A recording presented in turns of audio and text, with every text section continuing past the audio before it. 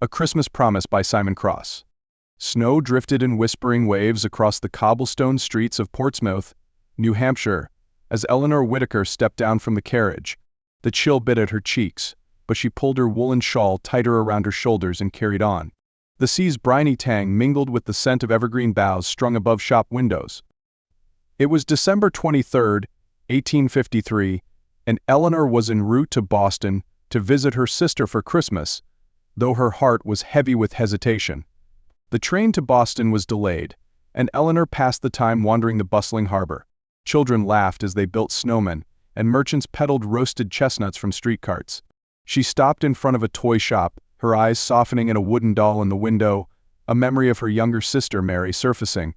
Inside the shop, a man with dark, wavy hair and kind hazel eyes stood beside her. He appeared to be weighing the merits of a wooden rocking horse. Their eyes met, and Eleanor smiled politely, then turned to leave. "Do you think a child would prefer a toy like this?" he asked, lifting the rocking horse. His voice was rich, warm like mulled cider. Eleanor paused. "For a child, yes, but it might also bring a smile to an adult who remembers their youth fondly." The man chuckled. Practical and poetic. A rare combination. Before Eleanor could respond, the shopkeeper called out, "Mr. Barrett, your order is ready." Eleanor quickly excused herself, but the encounter lingered in her thoughts as she boarded the delayed train to Boston later that afternoon. The Whitaker family estate in Boston was warm and festive, bustling with relatives and neighbors for a pre-Christmas gathering.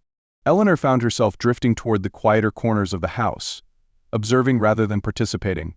Her younger sister Mary, now married with 2 children, had been effusive in her welcome but was understandably occupied.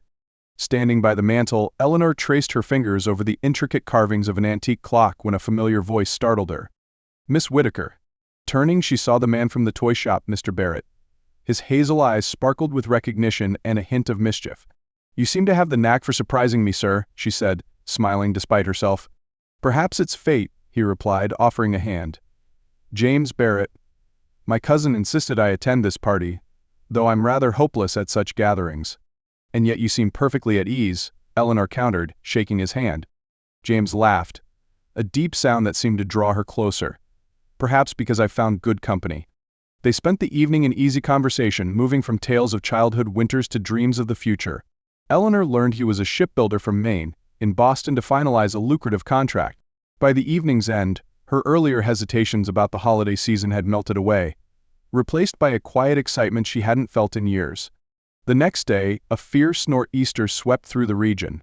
Snow piled high against windows and doors, and the streets were rendered impassable.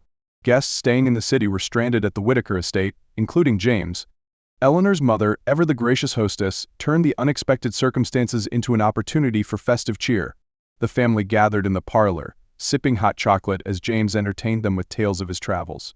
Eleanor watched from the corner, her heart warming at the way he engaged with her family. When he finally turned his attention to her, asking about her interests, she hesitated, uncertain how much of herself to reveal. "I love to read," she admitted, "and I've always wanted to write stories of my own, though I've never had the courage to try." James leaned forward, his expression earnest. "The world needs more stories, Miss Whitaker, especially from those who see it with such clarity." The sincerity in his words stirred something in her, a flicker of belief in herself. By Christmas Eve, the storm had subsided, and the Whitaker estate glistened under a blanket of snow. Guests ventured outdoors for sleigh rides and snowball fights, laughter filling the crisp air. Eleanor and James found themselves walking together along the frozen creek. The conversation flowed easily, though there was a tension between them, a sense that something significant was left unsaid. As they reached a small bridge, James paused, looking out over the icy water. "Eleanor," he began, his tone more serious than before, "these past days have been unexpected but meaningful. I find myself wishing for more time, not just here but with you."